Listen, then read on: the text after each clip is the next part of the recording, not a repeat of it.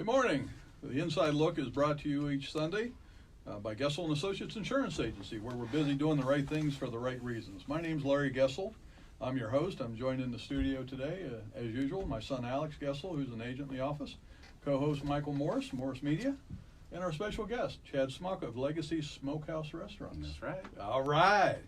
Guys, thanks for all being here today. We love it. Our show's special in that, each week we take a little deep dive. We call it the Inside Look because we're trying to peel the onion back. Everybody has something they're into, they love doing, things that we have, special knowledge, that passions that we have, and we want to share that with people. So, we tackle some tough topics for sure, but we're hoping to educate, inform, and educate a little bit. Alex is over there cracking up. I don't know what I said or did, but he's got the giggles. So, Chad, over the last decade, and you may not know this about us, but our insurance agency has insured hundreds of restaurants. We were involved in a specialty restaurant insurance program with Cisco Foods. Okay, nice. A lot of sports bars, and so we've been in and out of a lot of them. But me personally, I have a real passion for what you do. All right. I'm a carnivore man. There we go. When I smell that smoke, I just go, oh. I think that's why Larry agreed to have you on the show. Because I said what you did. He goes, I just came back from eating barbecue. Bring him. Yeah. He's not bringing food with him. I shouldn't have showered before I came in. I was in a smoker this morning. Yeah, I was just sitting there. Oh yeah, I smelled super smoky this morning. So yeah. So yeah, when we were talking before the show, that every year my wife and I go down to Gatlinburg, and of course every little holler down there, nook and cranny has got somebody smoking something. Oh, for sure. It's just crazy. Absolutely. It's everywhere, and it just drives me nuts because I can't drive past it without going, oh, who's that and what are they doing? Yeah. So I eat way too much of it, and my wife indulges me. She's not into it nearly as much as me, but. Why don't you take a few minutes to tell us about yourself? I know you've got a lot to talk about, how you got in the business, no problem. And what your passions are. I know you got a couple of partners, and I'm curious to hear the whole story. So Legacy as an entity has been around since 2017. So we just hit our 2-year anniversary, actually October 15th, so just a few days ago. Cool. Congratulations. Thank you very much. So we had popped open, we just had a food truck. A little trailer that we started, and we're just on the corner of Thurman and High Street there on the south side, and opened up just 2 years ago. So that's how it started out. But even just dialing it back a little bit before that, I met my best friend Brian Jordan, first grade down in Grove City, Highland Park Elementary School. So we got to know each other, and we're best friends all through high school. Very cool. After high school, I went off to college, and he kind of bounced around and did some different things, and he ended up eventually landing in Dallas, Texas, and lived there and did real estate for a long period of time, and fell in love with that Central Texas barbecue. So do you have to put up with that Longhorns bullcrap every year football season? He's a Cowboys fan, so I do have to put up with that. See, I'm an Eagles fan, so then we have major issues. So we just try not to talk to each other too much. So this Sunday, it's going down this Sunday night. We got Eagles Cowboys Sunday night. A little wager happening. Oh yeah, for sure. So but he moved back to Ohio about 5 years ago and was crying that we didn't have as good a barbecue up here, and so we were like, hey, let's do our own. So we would just sit around in my court with a little offset smoker and play around and do stuff, and just kind of slowly built up into what we turned into now. Speaking of roots, you guys go back a ways too. Yeah, Michael Morris. We do. Grove City guys. That's how the connection. That's the only reason he's here, in my opinion. You got a Grove City guy. He's coming on the radio. That's right. So very cool.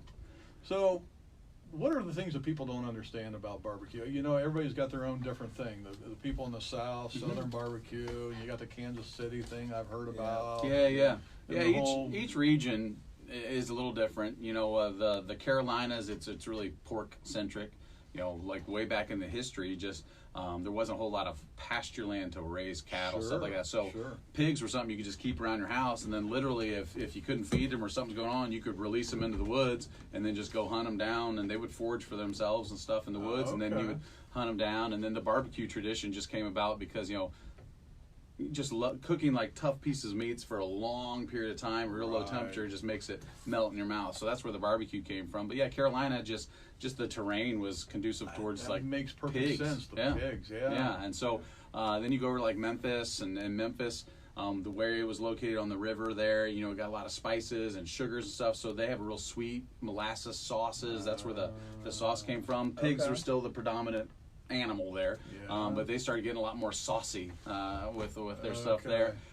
Texas, that's what we're all about, is Central Texas style, and that's where they had the room. Brisket. They had the room to raise the cattle. So brisket and beef is king down there. So we do brisket, we do all 100% beef sausages, we do beef ribs on Saturdays. So beef is really our focal point.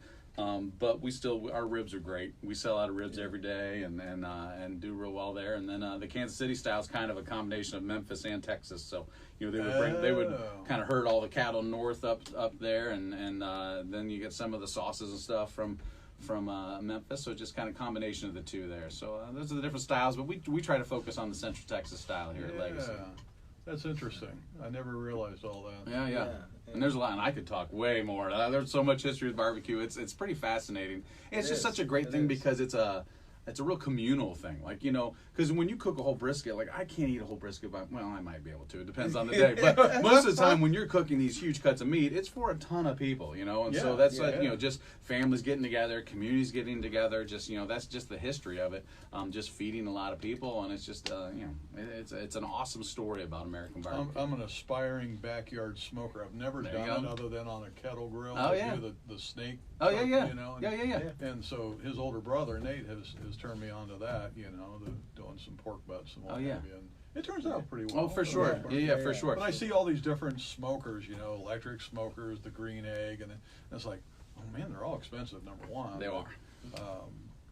What are the differences, and does that, and I'm sure you don't want a lot of people doing the backyard smoking because that might cut into your well, you know what? They can't do what he's doing. I love backyard smokers. Because barbecue people are passionate about what they do, and I love those people, and so and I love it when someone comes in and they're in the line and they're like, hey, I'm a semi-professional in my backyard and do all this stuff, so I'm gonna see if you stack up to what I do, and we bring do. It on, man. We do. People always are just like, oh my gosh, that was amazing, and so now what I like is you've got all these backyard people that have the taste, like they want barbecue, but sometimes they're like, I do not want to spend 16 hours cooking something, so they'll come in and pick up a bunch for us. We had one guy a couple weeks ago, it was hilarious. He came in and he was just like, I couldn't get the smoker working last night. He goes, we got this big thing that my wife's bringing all these family over and I'm supposed to cook all this stuff. He's like, so I need 7 pounds of brisket. I need 5 racks of baby backs and just all this stuff, because he was just like, I just couldn't make it work last night. There were some problems. So he's like, you're going to save me. So now we have a bunch of the backyard barbecue folks that just come in and love our stuff. So if they don't feel like wanting to spend the time that particular weekend, come see us. We'll take care of you. Chad, will you tell this story, because I know this story, and obviously Chad and I also do a show about food, mainly barbecue together, but I want him to tell the story of the lines, because we were talking about the 2-year anniversary. When it started, the climate had changed, right? So when we started mid-October, starting to get cool out. Our first weekend, people were trickling in. We just used Facebook and kind of word of mouth that, hey, we're coming. So the first weekend, it was okay. It was mostly friends and friends of friends. The second weekend, a little bit more people showed up, but we had a food blogger come through at that point from 614.com. And so then she did an article about us, and then the following week it was pretty busy, but then the week after that blew up. And so it would be so funny because I'd be on the trailer and it's starting to get cold now. So I'd keep the doors down and the windows shut, and I'm in there making our cheese sauce for the mac and cheese, and I'm in there doing stuff, getting everything, and then I'd go out to get the stuff off the smoker, and then I'd look, and it was a half hour before, and there's already 20 people in line. I was like, oh, this is kind of a weird, this is a little different. I wasn't expecting this. This is cool, but a little worrisome. And so from then on, from November all the way, and we stayed open until the end of January that first year at that location. Every time I popped the window, there was always a line. And there's some days, it was like I was out there with a snow shovel getting rid of like 8 to 10 inches of snow just to make a path for them and to get through. And then we had to get the big heaters. We had to get some big heaters so that people stand in line. And so they were showing up even in awful weather. So this was before Hilliard opened? Yes. So this was just the food truck from the end of 2017. And so in the Long John Silver's in the Long John Silver's parking lot. Part. So you had to go to Long John Silver's parking lot, which had gone out of business probably 8 months before. Okay. Did you close them down? No, we did not. No, they had been shut down for a while. So we were looking for a place to put the trailer, and we weren't looking for like a permanent place. We thought, let's just maybe find a couple locations. But just then, around but then that location, it ended up, we were there for a couple weeks, and so you know, we contacted the people that own Long John Silver's, like, can we just rent your parking lot? Like, I don't want the building, just rent your parking lot. And they're like, sure. You know, they were trying to sell the building at the time. Right. So, you know, get a little revenue from us while they're trying to sell it. But then, you know, things went so well, and the whole German Village, Marion Village community really took us in and supported us. So we just love that area down there. So you still run the food truck today? We do. So yes. So do you use that primarily for the catering events? Then, no, we use the food truck. It's out pretty much daily. So you know, Richard Grimes, another Grove City guy, good guy. He's the one that coordinates and runs the whole food truck portion of what we do. So he does all the scheduling. So it's all around town. I mean, it's at Ohio State campus. You know, they've been a bunch of events in downtown Grove City, a bunch of like local microbreweries that don't have kitchens. You know, they bring food trucks out. So he's been there. He's been at Penn's. He's been just all over the place.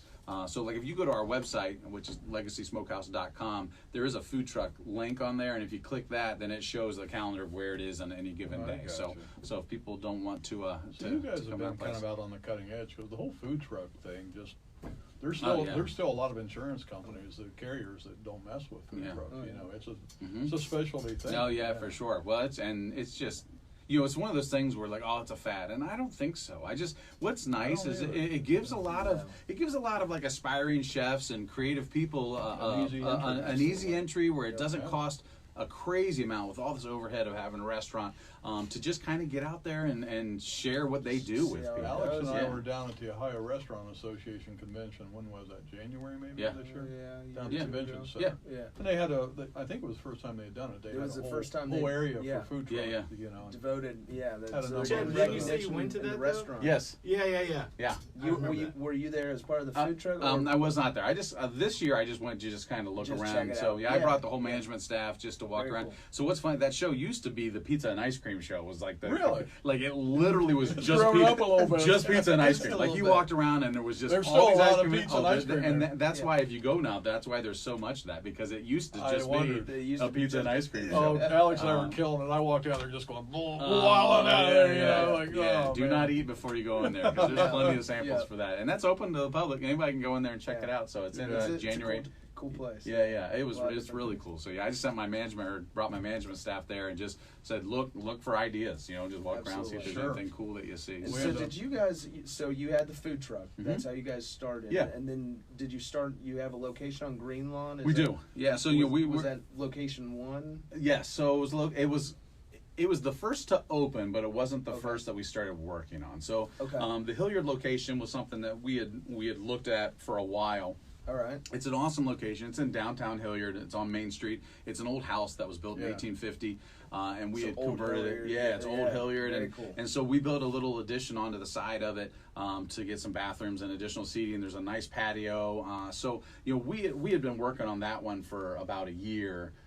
So started last January, and we opened up there December 15th of 2018. I saw online where you had some construction delays, permit delays. We had some issues, you know, but this was our first time building out a restaurant, so you know there were just definitely some things that we learned for the next ones that we can hopefully fix.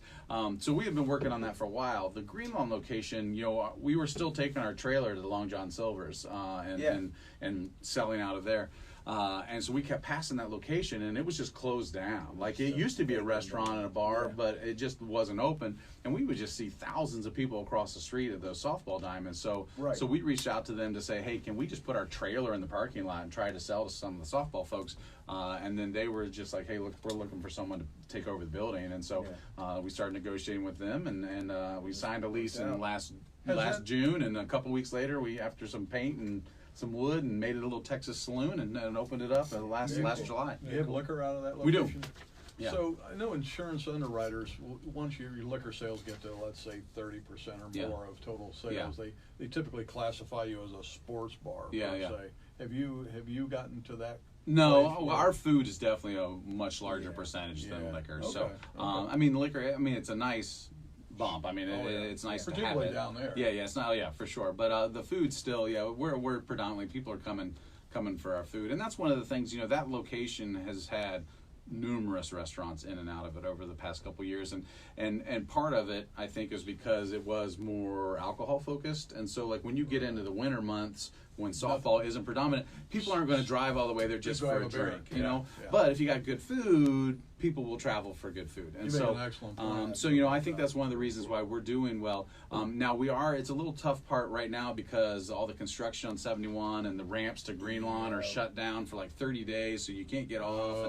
And so anybody listening, please, we're still open. come. It might take a little more. It might be a little more challenging to find us right now because you can't get off the ramp, but you can maneuver around and get to us still. So that does hurt a business when that happens. It does. Yeah, I mean, you just can't get off the freeway and get to us. But the good news is Columbus is only going to be under construction through 2035. So if you just wait it out, wait now. We can do Just a that. couple decades. Sounds like another 10 food trucks might be in order. Yeah, For sure. So what are the plans? It sounds like you may be looking to maybe one day become a franchise. Yeah, one thing. You seem pretty. Yes. So I mean, we have a ton of people that love us, and we'll have people travel from Pickerington over to Hilliard, and they're all like, "Man, you need to bring this to us." And so we have started looking at some other locations. We've got a couple things in the works that I'll announce soon once we get everything finalized. But we do have a couple other little expansion things that we're going to do. Maybe not the exact same concept, but something really similar to it. Still the same smoked meats and stuff, but maybe a little smaller, little outpost type things, to pick up stuff and go. Maybe not the full restaurant at different locations. What is the difference between the two locations? You have the with anything different between yes, them? there is. Now, food-wise, it's not very different. Right. Food-wise, it's pretty much the same. The vibe is slightly different. So the Hilliard location is kind of the one.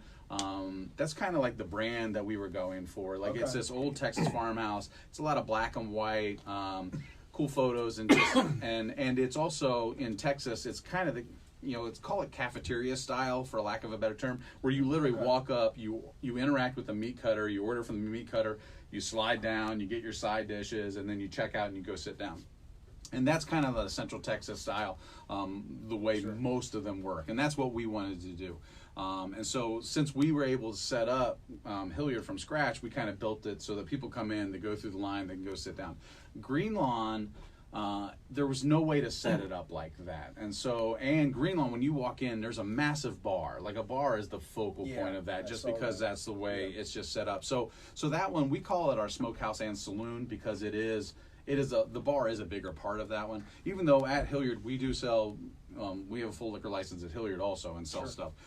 And phase 2 is we're putting a little speakeasy bourbon bar up on the second floor. We're going to build that out over the summer or over the winter, so we'll open that up next spring. And it's going to have a little rooftop patio over the addition that we had built. So it's going to be fantastic. I mean, I'm super excited for that. But Green Lawn does have a different vibe to it, because it is our saloon. And you and my dad are both real into photography. Yeah. Is that what kind of the inspiration behind the walls with Hilliard? Yeah. So if you look at Hilliard, whenever I travel places, I always, take my camera. So as I mentioned to your dad, I had my own photography business before, and I guess still do. I just don't have as much time to pick up the camera. And so, when we spent a lot of time in Texas visiting different pit bosses and popping back in the kitchen and learning from them, and they were so gracious about, like, here's why we do this, here's what we do, and just sharing things with us. And so I was always trying to document like stuff and take pictures of their smokers or take pictures of some of the people that were working there, just certain things that I liked about. So we have those photos hanging up on the walls in both locations, and that's one of the reasons why we call ourselves Legacy. When we were coming back, trying to figure out, like, what do we want to name ourselves, and we want to honor what they've been doing down in Texas for so long, and just carry on that legacy that their families have been doing forever up here. And so Legacy was a big part of how that's where the name came something I've been from. dying to ask you. So last year when my wife and I went to Gatlinburg, it was a favorite place to get smoked meat there. And they had a fire. Yeah. And they were closed. And this year they were open again. So I was inquiring, well, where did the fire, being in the insurance business and doing field underwriting all the time, we're always trying to help our clients avoid these kind of things by watching out for them and looking for things that can cause this. So it's like, well, it happened in our smoker caught fire. And then it spread to the building. So we park in the back, and there's the smoker. It's a block building, and it's 6-7 feet away from the main restaurant Yeah, building, and I said, so how did the fire spread? How did it jump from the and I'm thinking smoker to and the then I heard building? I heard it was under new ownership, and I went, the fraudster, the fraud investigation thought process started. I'm thinking, somebody catch this thing on fire to exit the business. And are you giving Chad an idea? Yeah. Like, Oh my God. I feel like you just Tell said me on the more. radio. Tell me Chad, more. let me get a Go pencil. up. Can I write this down real quick? So it turns One out of these locations isn't working out. Yeah, so I don't think it turned Food out to be trucks that catch on because fire really the easy if new you owners park were them part of the inside. family, the original family, and they just kind of grew tired of the business. But anyway, so apparently there was a wooden canopy of some sort, wooden frame canopy that maybe they had placed between the two structures, and somehow the smokehouse did catch fire, caught the wooden canopy on fire. The fire then spread over into the roof of the main restaurant. So what could have caused that? And I know the viewers probably don't care. The rat's ass about that, but So what if you don't do enough maintenance on your smoker? They collect grease. It collects grease, and if a spark or something flies in there, I think that could definitely potentially cause that issue. So. There's a maintenance schedule that we have. Like, traps, you drain the grease out. We call it pit juice. Juice. The There pit you juice. go. We got to drain that pit juice out. So we constantly drain the pit juice out. And then we also have a schedule when we actually, you scrape all the racks, you take everything out. We literally crawl inside the smoker, scrape Sounds like everything, a scrub real it fun in. process. It is awful. It is awful. It's awful. So, but that definitely is something that because if the firebox does shoot up smoke, and occasionally sparks will come in, and a spark could land in there and catch the grease on fire. I got you. And so then when you open the door, kind of like that movie Backdraft from years ago, like whoa, just this huge fireball will come out and cause some problems. I So, love when Chad brings up movie things. I could talk about movie things. You know We're what gonna run out of Backdraft? time Of course here. we know Yeah, Backdraft. But another thing I'm dying to ask you, and we're going to have to make this real quick. So the brisket in particular, well, all the meats are so tender, so juicy, and yet cooked for so long. How do you balance that schedule of something that might be smoking for 8, 10, 12 hours against anticipated client demand or customer demand? How do you have like 3 or 4 different cook chambers of different it's meats? tough. So it's a big rotisserie chamber that's got 12 shelves. So like the one in Hilliard can hold 1,800 pounds of meat at a time. Like it's 1,800. Yeah, it's massive. That's awesome. So basically, I'm still learning how much meat to cook on a daily basis. So like this is our first season to have high state football. So like our football game's big for us, or does everybody just watch on TV and they don't show up? Trying to learn that stuff. So any given day, we call it our par sheet. When just saying, here's how many brisket I cook for Saturday, here's how many pork, here's how many ribs, and so we cook that and just hope that I'm right. But how do you hold it though? So how do you hold it to where it's not drying out? Yeah, so we have holding ovens that will keep everything at around 160 degrees. So when it comes out of the smoker, we let it rest for a little while. Just like if you're cooking a steak or something, you want to let it rest. So then we will hold them in the holding ovens at 160, and they just keep it at perfect temperature. And they're all wrapped. We wrap them in butcher paper at some point on the smoke, so it keeps all the juices in. Just keep them in there at the perfect temperature, and then if somebody orders, we'll come back and pull out a brisket. We'll slice that. When we get through that whole brisket, we go back and pull another one out of the holding oven and bring it up. That's got to be one of your greatest challenges. It is. Yeah, trying to figure out. People come in, you just hate to turn anybody away. Oh yeah, and if we're sold out of something, I hate that. People get upset, but it happens because it takes us 6 hours to cook ribs. I can't just we don't microwave ribs at Legacy, so they're fresh off the smoker and they take a long time to get off there. Well, one of the things I love about the show is we get to share our time with our viewers, with other people like you that have a passion. We have a passion for what we do, and one thing that we know for sure is that regardless of what it is we do for a living, we're all trying to do the same thing. We're sharing. We hopefully do what we love to do. We're sharing our passion with other people, and we're in a fight each day too. We've got to protect our businesses. We have to protect our families, and there's so many things out there today that people aren't aware of that can harm them, and so that's what we try to do here in the show. So whether it's your farm, or to our listeners, whether it's your farm, your business, or your home and auto, we represent an awful lot of insurance carriers, and we're here to help. We do a deep dive. Michael knows that we run advertisements that 98% of the policies we look at have coverage errors or overpriced or a combination of the two. And I had heard that before. That's pretty sad. It's an indictment of our industry. Yeah. But guys, that's what we're here to do, and Tell us again how folks can reach you. What's So website is always a good option. So go to legacysmokehouse.com. Sure. That's got information about both of our locations in Green Lawn and at Main Street in Hilliard. Also our food truck. There's catering. We do a ton of catering. So there's a catering menu out there. We also are on social media. So Facebook, Legacy Smokehouse, or Instagram. You can kind of just follow us. What's going on a daily basis by following those two. Awesome. And our agency can be contacted at 614-697-2020. Again, 614-697-2020, or at our website, GesselINS.com. It's GESSELINS.com. Thanks again, and until next week, be kind to one another. Thanks, guys. Thank Appreciate you, it, man. Mm-hmm. Good to see you. Right, sir. That was the most fun I've had in a while.